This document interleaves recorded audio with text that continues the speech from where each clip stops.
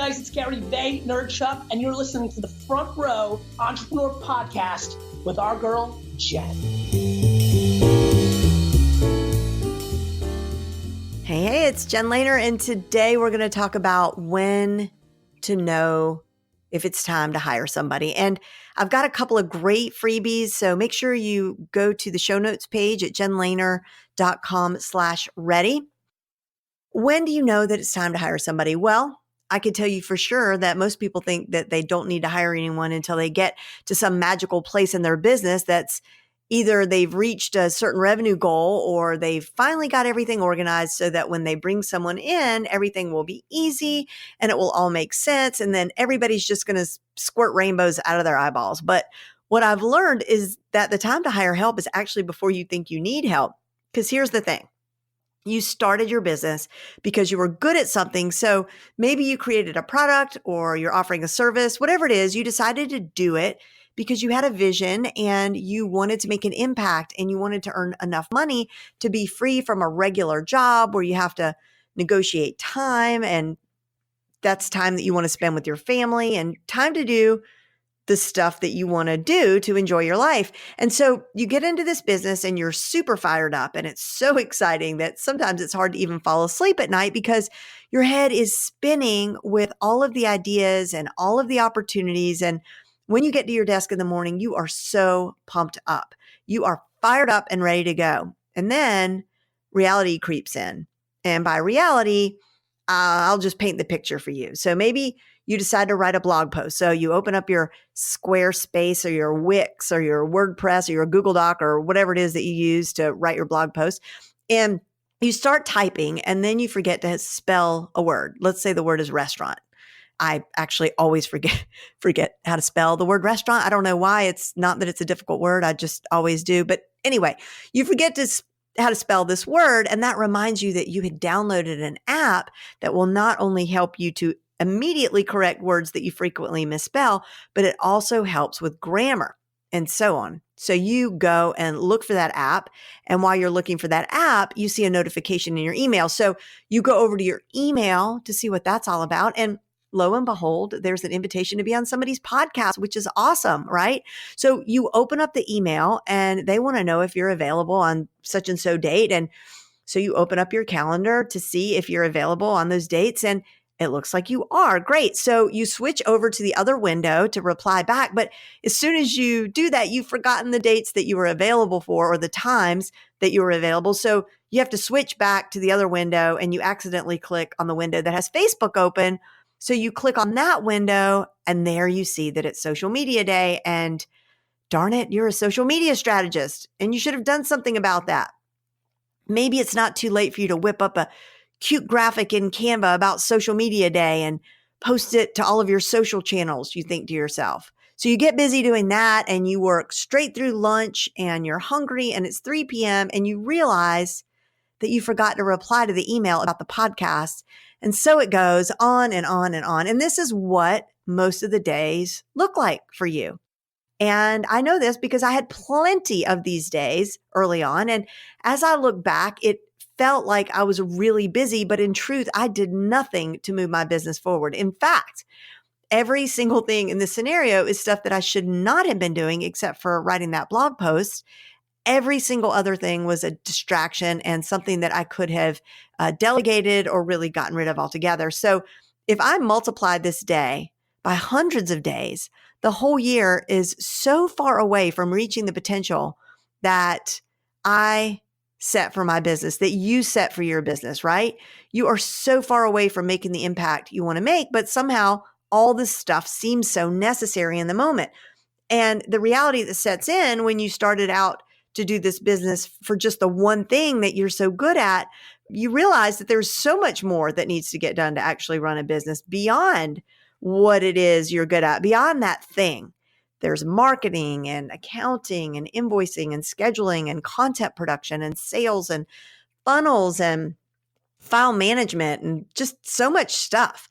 And it dawned on me during my second year in business that if I didn't get some help, my business was going to stay stuck. And although I wish I would have known this before I ever started my business, 2 years isn't that bad, actually. I know solopreneurs who've been at this for years and years and still don't have help. And as you might imagine, they haven't had much growth. And with marketers, especially, or even web designers or other people who are tech savvy, you know how to do just about everything. So you say to yourself, I might as well just do it myself because I know how to do it. I might as well save the money. And this is where we fool ourselves. You may know how to do everything yourself, but is that what you get paid for? So let's say you're a health and wellness coach. Your clients come to you for your knowledge and support. They buy your courses, they hire you for coaching and join your membership site. Are they paying you for landing page creation, social media posting? I am guessing that they are not. And let's say they pay you, we're just going to grab an arbitrary number. Let's say they pay you $200 for one-on-one coaching for an hour. But you decide to spend 3 hours creating graphics in Canva or setting up webinar software. So 3 hours, that's $600 you could have made instead had you delegated those tasks. But actually, it's a lot more than that. So a better way to think about this is like this. If you delegated those 3 hours of tasks to someone else and instead spent that time doing things like writing your next launch plan or your next webinar, or you called and secured 4 new affiliates for your new course, the value of that time is exponentially more than $600 because those are seeds you are planting to create real growth, tens of thousands or hundreds of thousands of dollars. And none of this is theoretical. I have worked with hundreds of solopreneurs now to show them the magic of hiring a virtual assistant to grow their businesses, and the results are usually instant. But I know all too well what the resistance is. It's, I can't afford it. I'm not ready. I don't even know what I would give to a VA. I don't have time to onboard someone and train them. I'm not sure I could trust someone in my business, or I don't even know where I would begin. I get it. I had all the same pushbacks and doubts, and everybody that I work with has some 1, 2, 3, or all of those concerns. But the good news is you can totally afford it, especially if you hire overseas where you can leverage the exchange rate. So I could go off on a huge tangent over here, but I just want to tell you that while the world has seen this trend in the growth of entrepreneurship, because good Lord, there has never been so many people calling themselves entrepreneur. I'm quite sure that that's not a scientific statement, but you could just look around, right? Like entrepreneurs everywhere. But at the same time, and this is documented, there is a huge rise in depression, anxiety, and burnout. And the only way to really offset that and to make your entrepreneurship work for you is to leverage leverage the exchange rate, but I think that whether you hire locally or you hire overseas, leveraging another person to help you in your business is the way to go. But back to the exchange rate. So the other correlation with the rise in entrepreneurs and the rise in the sad fact that anxiety and burnout correlates with the increase in entrepreneurship. The other awesome trend is that there's an explosion of there's a skilled, affordable global workforce out there. And I'm sure you have probably by now hired someone on Fiverr or Upwork or somewhere, and maybe you did or didn't have a good experience. I think a lot of times people will do that, and then they'll think that that's what they're in, like if they didn't have a good experience, that's what it's going to look like if they choose to work with someone out of the country. But that is absolutely not the case. So most of the people that I've worked with out of the Philippines, virtual assistants, for example, I should say, out of the Philippines, for example, have advanced degrees, master's degrees, medical degrees, and most of the population speaks English very, very well. And so you can hire these people at an affordable rate that is a respectable living wage for them and definitely affordable for you. And also there are other ways to reward them without paying just US dollars. There's ways of giving them access to trainings, to giving them bonuses at Christmas time, or for certain benchmarks along the way. As you grow as a business, you could say, when we hit this level, when we get this many subscribers, when we get this many people subscribed to our new membership site, you're going to get, X%, or you're going to get these amount of dollars. It's just a matter of being creative. But what I want to make sure that you understand is that you can totally afford it. Okay. So we're going to scratch that one off the list of objections. You can onboard and train somebody in a semi-automated way that takes very little time. And one of the best ways to really get ready for someone is to use a screen recording software like Loom Video to record things that you do routinely in your business. And after you do this for just a week, you'll have a whole training catalog to give to your VA the minute that they start. So for example, let's say every morning you have a certain way of things that you do in your Facebook group. So all you're going to do is you're going to get to your desk the following morning and you're going to press the play button. It's free software, this Loom Video, and I'm going to put it in the show notes. But you just click a button and your computer starts recording your screen and you have audio available. So you just start talking to yourself.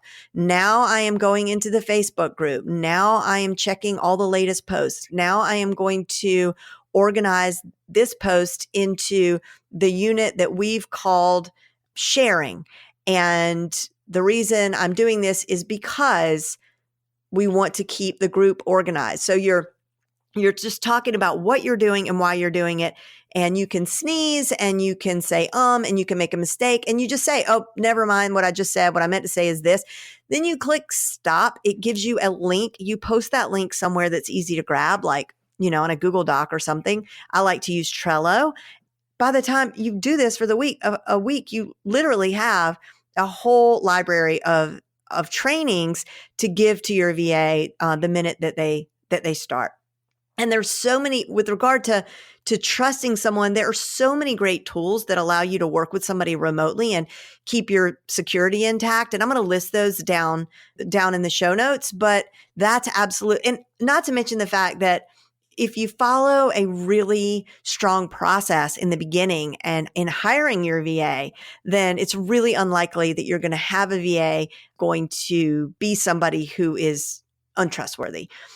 And then as far as not knowing what to give to your VA, I have compiled a list of a ton of tasks to get your ideas flowing, just 2 words smushed together. So text VA task list to 44222. And again, that's all one word, VA task list to 44222. And finally, if you aren't sure if you're ready, there's a quiz that you could take to see if you are. And you're going to text VA quiz to 44222. Okay, I'm going to give you both of those again. For the task list, it's VA task list or VA quiz to 44222. And they'll be in the show notes as well. So that's it for today's episode. I hope you enjoyed it. I hope you found it helpful. Most importantly, I hope it inspired you to think about adding someone to your team. Aside from the obvious monetary gains and the growth that you're going to see in your business, there's something so unbelievable about not being alone anymore, about how even, it's funny, my team is all the way across the planet, but I feel like they're in the room next door. They've got my back. We're in this together. We're all marching towards the same goal together. And I don't know, that part of it is priceless. And we share the joys and we share in the disappointments. That's just something, I went into it because I wanted to see the growth, the monetary growth in my business. And that has been probably one of the nicest surprises is that I've grown personally. My business has grown. My business is richer. And when I say richer, it is richer beyond any dollar amounts. Would love to hear your comments and your takeaways. You can come over to the show notes page at jenlehner.com/ready. And as always, really appreciate your reviews over on iTunes or wherever you listen to your podcast. They actually don't make it easy for you to leave these reviews, but for the 5 minutes or so that it's going to take you to get there and figure it out and leave me a review, I'm forever grateful. See you next time.